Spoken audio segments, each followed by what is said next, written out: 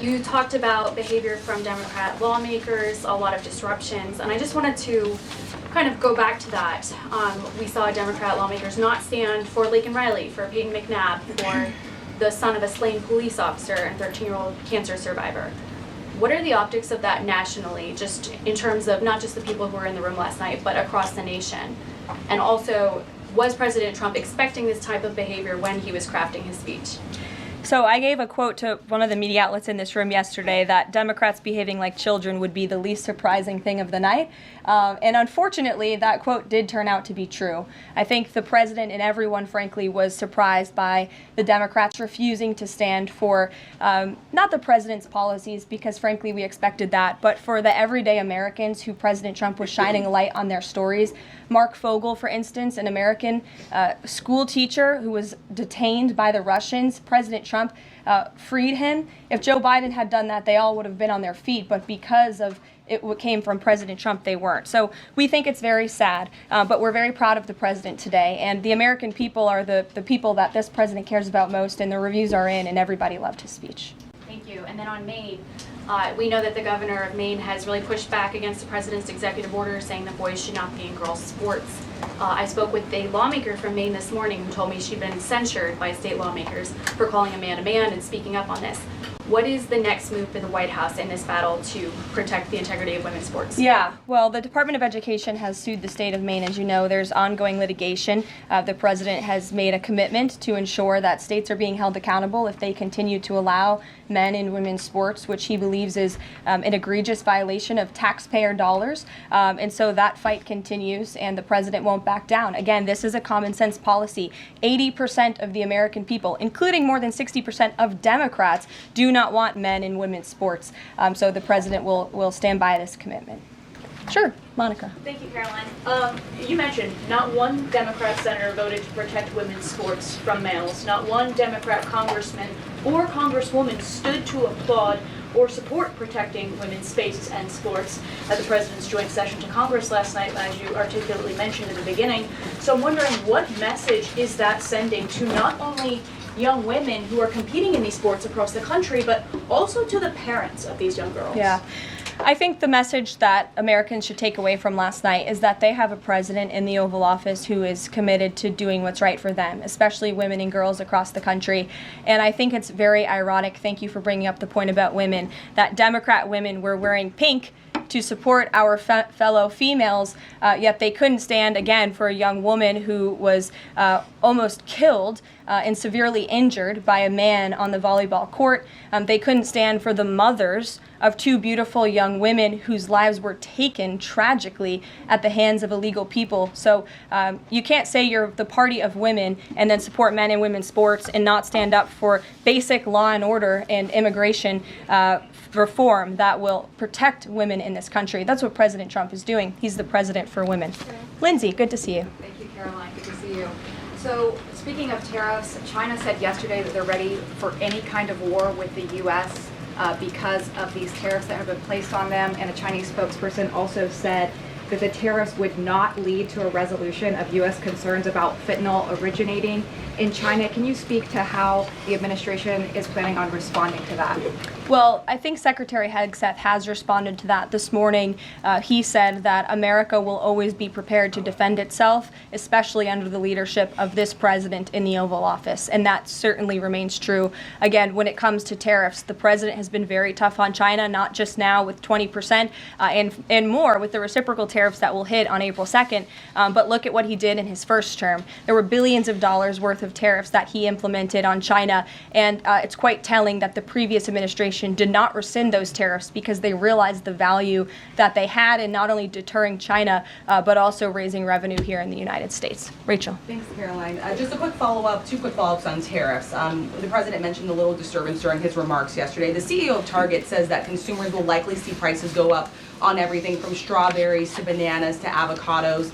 How long should Americans expect to pay higher prices? Are we talking a week, a couple of days, a few months? Again, I don't have a crystal ball, but what I can assure the American people is that this president and this administration is doing everything they can. And I would remind you and everybody else in this room that it's because of the previous administration's economic policies that Americans were left with record high inflation. Inflation throughout Joe Biden's entire 48 months in office was at or above 3%. It hit record highs, as you know. And there's a whole list of what the Biden economic disaster this president was left to clean up. It's been a month, but he's working hard every single day to do just that. Just one quick follow-up on the carve-out. Sorry to cut you off there.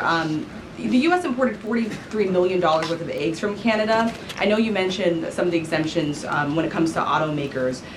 Will there be any other carve-outs, including for eggs? We know prices are soaring for Americans. The president is open to hearing about additional exemptions. He always has open dialogue, and he'll always do, what's right, what he believes is right for the American people. But again, as for the egg crisis in this country, the president is wholeheartedly committed to ensuring we're increasing our egg supply, and we're also bringing down cost. And Secretary Rollins has been all over this issue. She comes from an agricultural background and family. That's why she's leading that very important department. She wrote an amazing op-ed in the Wall Street Journal. She's been all over the media talking about her plan. She has a real plan. The president endorses it. And he even, gave her an off-the-prompter shout-out last night to say, Brooke, I'm counting on you. It's an important issue. And this White House is working with Secretary of Agriculture every single day to address this issue. Sure. Jordan. Thanks, Karoline. So, what does it say that the Democrats, while they couldn't stand for Americans or stand for victims, they stood for war and clapped for war and clapped for 5 more years of war? Yeah, the president addressed that last night, I think, when he called out Senator Elizabeth Warren and said that, again, as I said in my opening speech, very telling that the Democrats refused to clap for American people and American interests and American priorities, but they did clap for the country of Ukraine, which, by the way, the president's working very hard to end that war. So Democrats should be applauding him for actually doing something about it. Follow up on that if I can. You've spoken recently about how what happened in the Oval Office last week gave Americans an inside look into behind-the-scenes discussions with Zelensky.